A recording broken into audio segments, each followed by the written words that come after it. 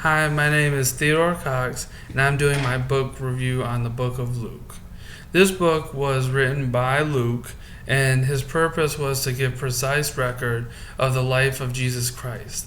His goal was to tell about the perfect man that the Greeks were looking for in their literature.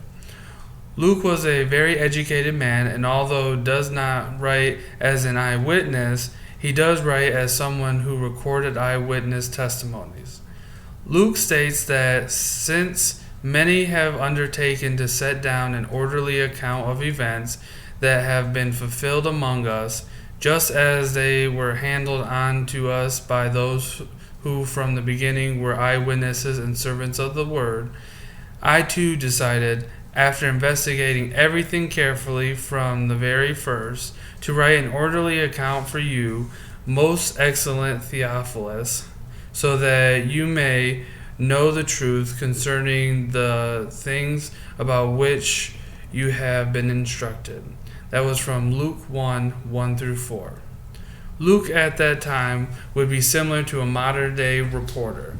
Reporters report based on what they hear from eyewitnesses at the scene of an event, and Luke did that exact thing when writing this book. You can tell that Luke did a great deal of research before writing the book. You could tell he's a very educated man, and the setting that this book takes place in is Bethlehem, Jerusalem, Judea, and Galilee.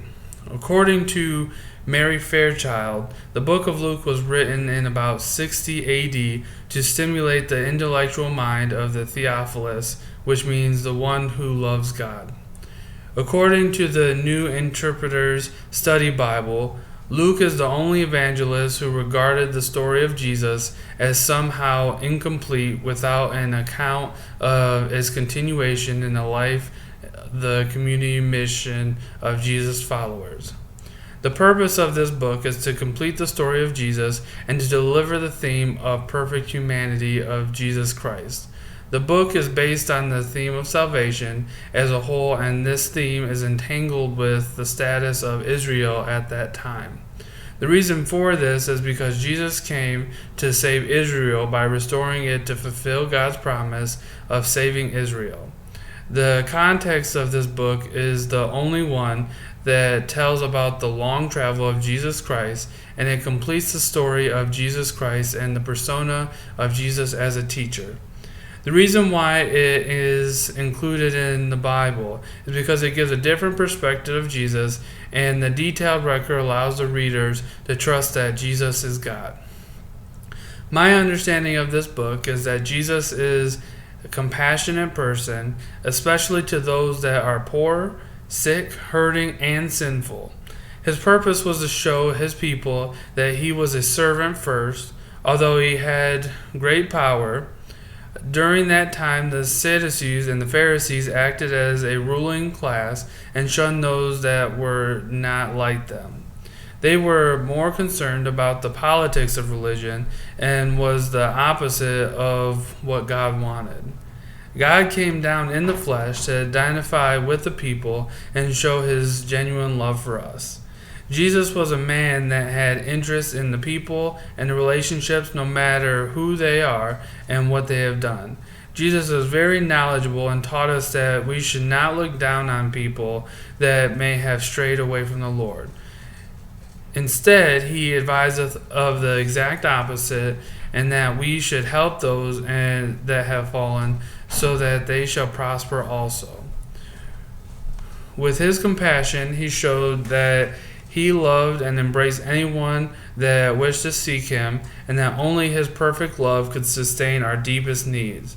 There is a story of Jesus healing a crippled woman on the Sabbath, and the Pharisees said that this should not be done on the day of rest because of what the politics of religion was at that time. Jesus' response to this was, "You hypocrites! Does not each of you on the Sabbath untie his ox or his donkey from the manger and lead it away to give it water? And ought not this woman, a daughter of Abraham, whom Satan bound for 18 long years, be set free from the bondage on the Sabbath day. That was from Luke 13:15 through 16. That passage shows that the Lord has power over the nation, and yet he used his power for salvation. Jesus knew that the relationship between his people was far more important than any rules that could have been made. The same applies to wealth and riches.